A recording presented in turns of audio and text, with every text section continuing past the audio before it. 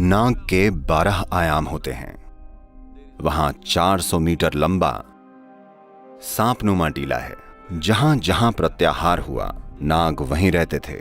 अगर आप 5 इंद्रियों से परे के पहलुओं को जानना चाहते हैं तो आपके आदिशेष को खुलकर चलना शुरू करना होगा। जहां 5 इंद्रियां फेल हो जाती हैं, वहीं से नाग का काम शुरू होता है।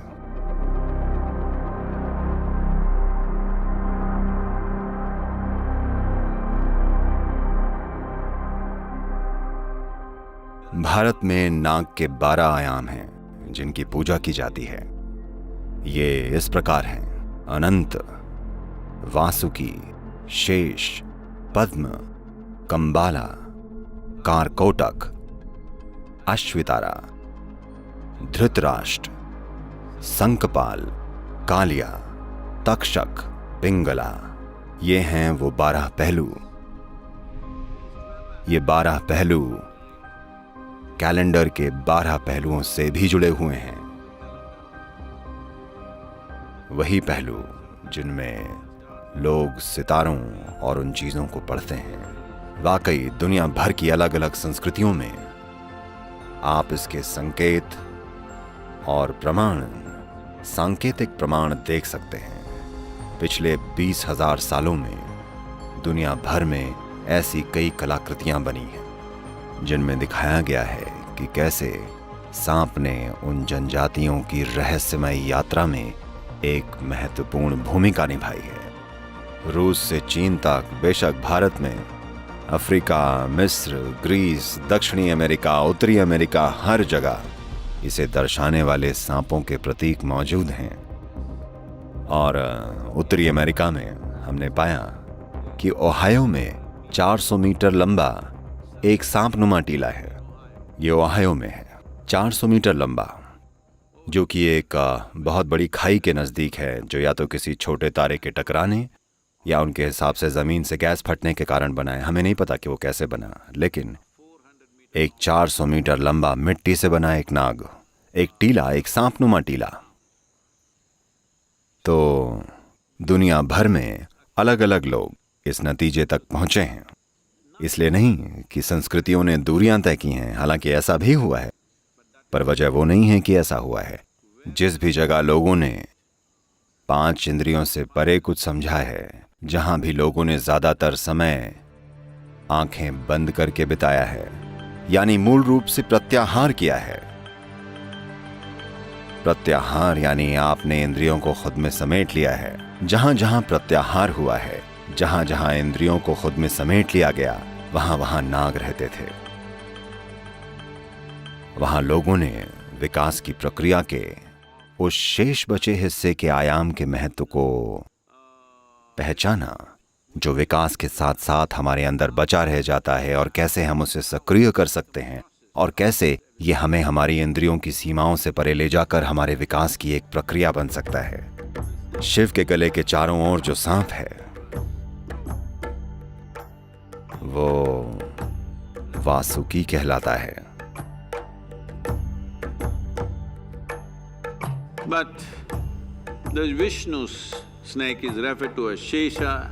लेकिन विष्णु के सांप को शेष कहा जाता है। अगर आप ये ना जानते हो, आप में से वो लोग जिनको दक्षिण भारत की लोकल भाषाओं में शुरुआती स्कूली शिक्षा मिली है, अगर आपने ये पढ़ा है, मुझे नहीं पता कि तमिल में क्या शब्द है, पर तेलुगु और कन्नड़ में अगर आप मैथमेटिक्स सीख रहे हो, शेष यानी रिमाइंडर। मैथमेटिक्स में ये एक सामान्य चीज है, शेष। तो उसी शब्द को यहां प्रयोग में लाया गया है, यानी शेष, क्योंकि ये सांप या यही नाग उस चीज का प्रतीक है जो हमेशा शेष रह जाता है। जब एक सृष्टि समाप्त हो जाती है, तब कुछ चीजें रह जाती हैं, या एक खास मूलभूत पहलू रह जाता है जो एक बार फिर से दूसरी सृष्टि में अंकुरित होता है। तो ये वही शेष है जिस पर विष्णु विश्राम करते हैं। यानी जब वो विश्राम कर रहे हैं, जब पालन पोषण के लिए कोई सृष्टि नहीं है, तब वो शेष पर विश्राम कर रहे हैं। वो जो बचा रह गया है, आदिशेष नाग, खुलता है और समय आगे बढ़ता है। यही इसकी पौराणिक कथा है। इसका मतलब है ये पिछली सृष्टि का जो बचा हुआ हिस्सा है, वो जो बचा रहता है, और जब वो उठ खड़ा होता है तो उसे आदिशेष कहते हैं, क्योंकि वो सबसे पुराना शेष है जो बचा हुआ है। और उठ खड़े होने का मतलब है एक नए ब्रह्मांड की रचना होने को है। तो ये जीवन का एक बहुत गहरा पहलू है जिसे प्रतीकों की मदद से व्यक्त किया गया है। तो आज नागर पंचमी या नाग पंचमी है, जो कि इन चीज़ों का प्रतीक है।